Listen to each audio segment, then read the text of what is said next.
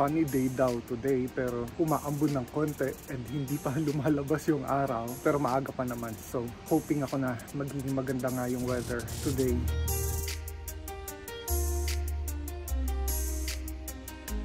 At 11 degrees Celsius lang ngayon.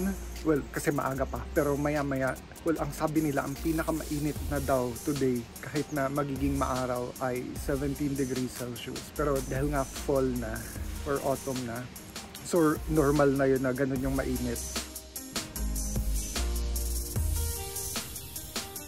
Hindi ko sure kung ibon ba yung naririnig ko or squirrel ba, kasi yung chipmunk at saka squirrel parang tunog ibon din sila, so hindi ko na ma-recognize kung anong mga hayop yung naririnig ko dito. 2 weeks na tong flowers na to and hindi pa rin siya nalalanta. Lanta na siya konti pero surviving pa rin. Bumili kami ng instant coffee nung nakaraan kasi medyo nahahaselan akong gumamit ng French press lately. Hindi ko masakto yung lasa ng kape. And I think dahil din dun sa coffee beans na napili namin. Sa totoo lang, nakakamiss yung mga 3-in-1 coffee sa Pilipinas kasi napaka-convenient nila at saka yung tamis nila parang sakto sa panlasa ko. Siguro pupunta kami one time dun sa Joyce Collingwood, dun sa area dito na maraming mga Filipino stores. Yung iba parang dinesign nila as sari-sari store. And dun kami madalas makakita ng mga Pinoy na products. Nagpunta sa pumpkin patch yung roommate ko and nanguha sila ng pumpkin doon pero ito yung pumpkin na kinuha niya. Oh my God, ang pinit.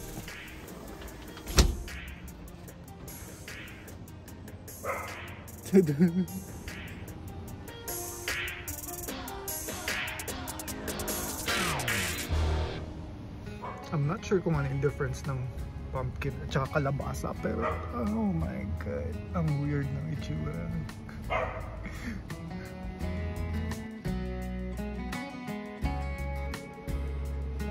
Yes? What's that sound? What do you hear?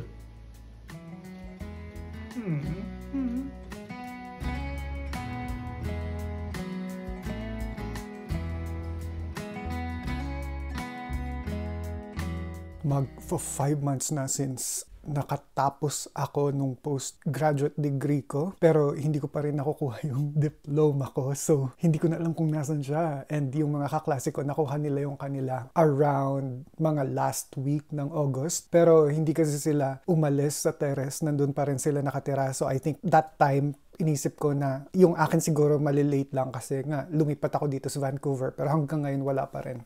Parang ilang beses ko na sinasabi na tatawagan ko yung college or email ko sila para makakuha ng update kung nasa na yung diploma ko. Pero lagi ko siyang nakakalimutan. Alam ko na importante yung diploma pero feeling ko may mga bagay ako na tinitreat ko as important. Parang sa isip ko, importante to pero sa gawa ko, since dahil hindi ko siya ginagawa na like hindi ko tawagan yung school or ini-email yung school na iba yung importance ng bagay na yon sa isip ko kaysa sa yung actual na importante ba talaga siya kasi hindi ko siya nagagawa, lagi ko siyang nakakalimutan.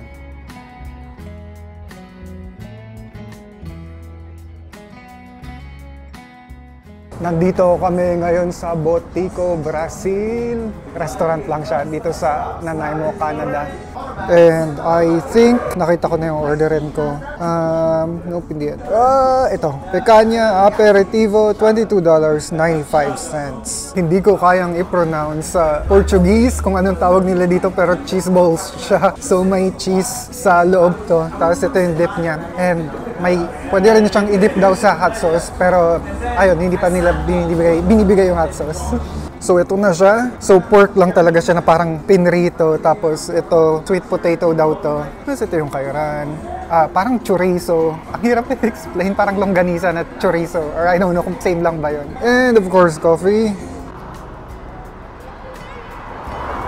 Okay, gusto kong tikman yung adobo. Mukha siyang adobong pork.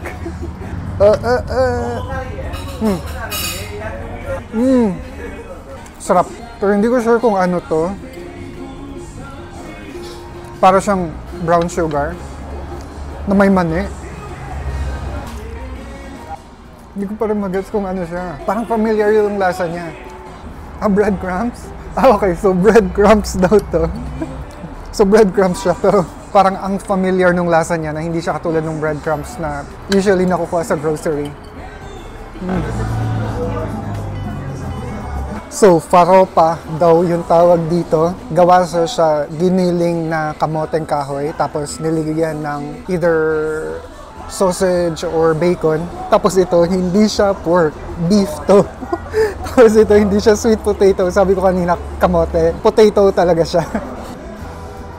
And ito yung flan nila, nakamukhang-kamukha ng leche flan natin. Pero ang tawag nila dito, pudim flan condensada. Tikman natin. Lagyan natin ng konting icing. Sobrang kalasang-kalasa ng leche flan ng Pilipinas. Sarap. May icing nga lang siya sa gilid. Nabusog ako. Ang dami kong nakain. Oh my God. Ang dami nung serving nung French fries. Hintayin ko lang dito si Ran dahil nag-CR siya saglit, and plano namin, may imimit lang kami na seller ng ring light. Tapos plano namin pumunta sa beach. Total nandito na lang rin kami sa downtown. And ang ganda ng weather.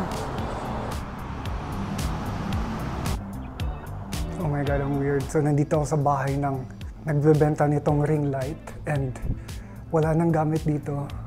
Pero gusto ko kasing i-test yung ring light. So iniwanan niya ako. Ako lang mag-isa ngayon dito. Bakanteng-bakante siya. Ang weird lang. Pero mukhang okay naman yung ring light. Sana gumana. $20 lang siya.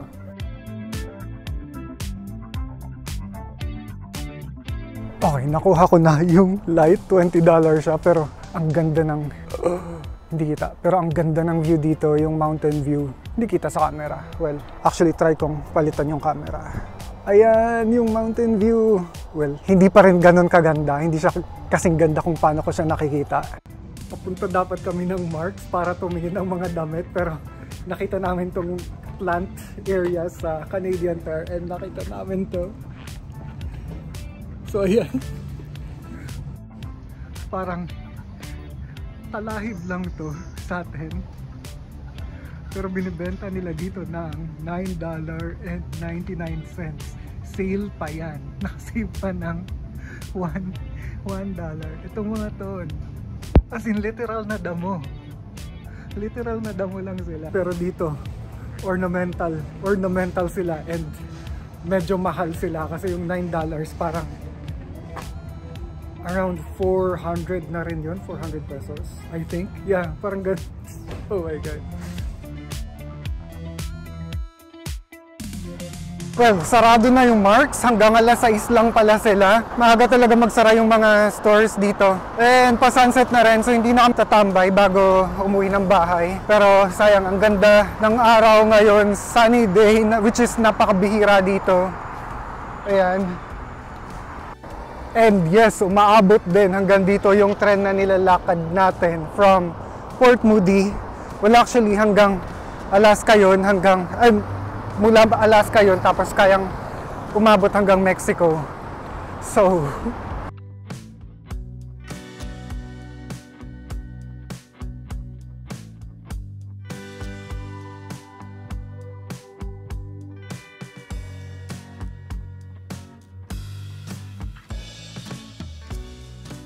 so ayun, hindi na rin kami tuloy sa Rocky Point Park dahil mas gusto daw ni Ran yung ice cream dito sa Newport, which is actually mas prefer ko rin talaga yung ice cream dito sa Newport. Mas madami sila maglagay at saka magbigay.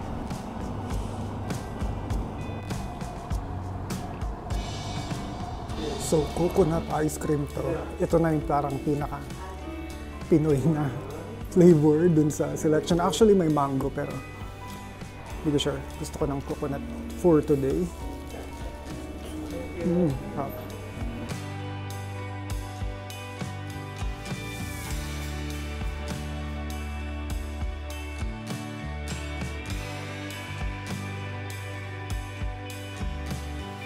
In relation dun sa diploma na hindi pa dumadating, wala pa rin akong work permit hanggang ngayon, which is expected din naman kasi habang nag-check ako dun sa website, lalo tumataas yung waiting time nung mga nag-apply na for postgraduate work permit. Nung time na sinubmit ko yung akin nung May, parang 180 days yung waiting time. Ngayon, parang umabot na ng 300 days yung waiting time, which is, I think, almost a year. And so, may mga news din na maghihigpit sila sa pagre-release ng postgraduate work permit. And nakakakaba yun for me. Pero yun yung mga isa sa mga bagay na wala akong control. And so, ngayon parang more of nag-iisip lang ako ng mga backup plans or mga actions na kailangan kong gawin in response sa kung makakakuha ba ako ng postgraduate work permit o hindi. And pumapasok na rin yung possibility na baka kailangan ko ngang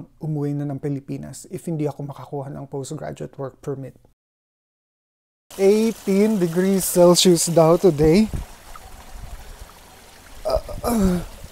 Which is mainit na for yan na yung pinakamainit for today's season dahil malapit na mag winter. And so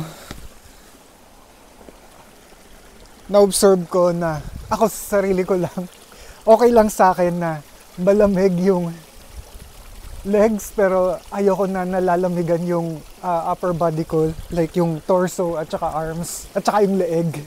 Feeling ko sobrang talas nung malamig na hangin pagdating sa leeg kaya ang ganda ng kaya nag-jacket ako kapag ganitong 18 degrees Celsius. Pero ang ganda ng weather today,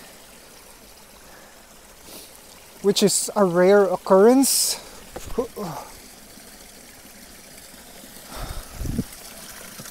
Hindi ko pinlano kung saan ko gustong pumunta today.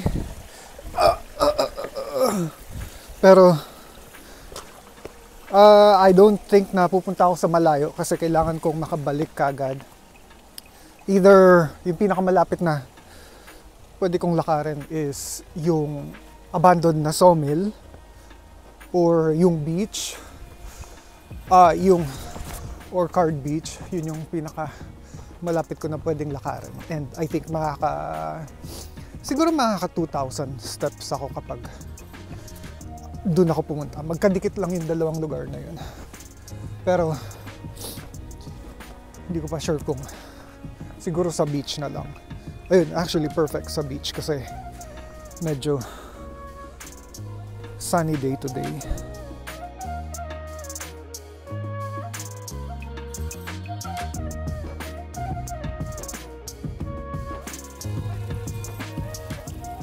Akala ko ibot ng ibon tong mga puti-puti na to pero hindi naman siya galing sa hindi siya galing sa sanga. Parang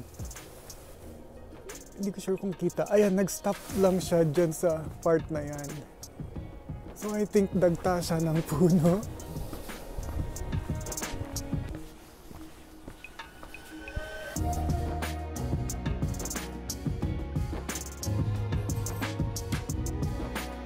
Hindi ko alam kung saan na nagpunta yung bear na lagi kong nakakasalubong dito. Masyado pang maaga para mag-hibernate siya. I think meron pa siyang mga 6 weeks bago mag-hibernate kasi medyo mainit pa yung 18 degrees para matulog sila.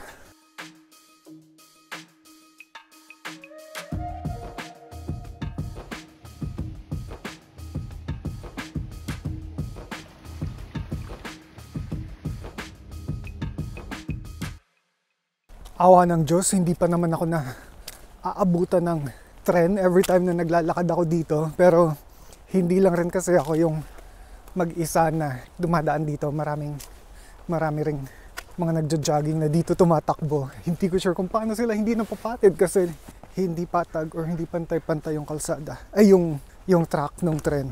Parang ako nga medyo napapatid-patid ako kapag hindi ako tumitingin sa riles.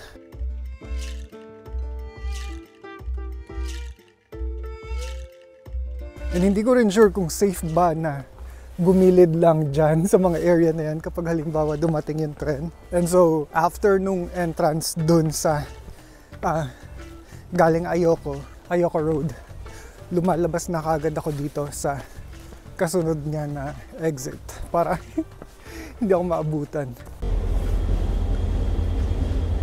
Woo, let's go!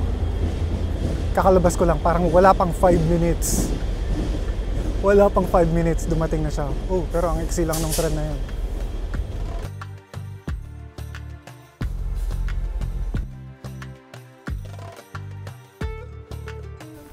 Ang ganda na ng mga yellow na dahon. Sobrang init. Ang sarap sa feeling.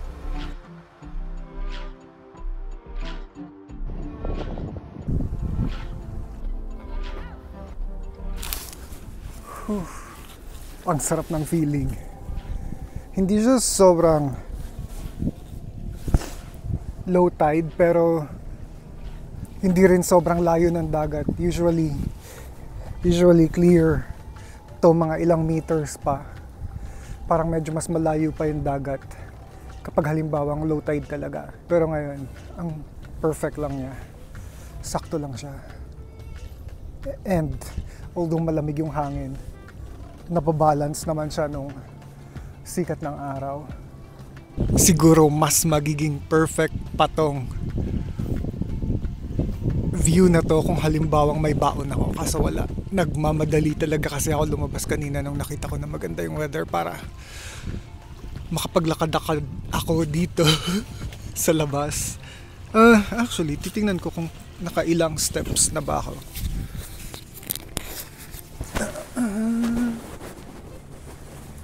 Tayo ay, let's see, what the heck, 3,207 steps. So, pag pauwi, I think, since maglalakad din ako pauwi, I think kulang-kulang 6,000. Hindi, lagpas 6,000 steps ako, which is fair, good enough. Okay, kailangan ko nang makabalik. Dahil may pupuntahan pa kami mamaya. Pero sobrang nice nitong walk na to. And kung sana ganito lang lagi yung weather, magiging masaya lahat ng tao dito. Pero actually, excited din ako sa winter. Kasi hindi ko alam, ang ganda ng snow, sobrang napaka-peaceful niya, napaka-magical din niya.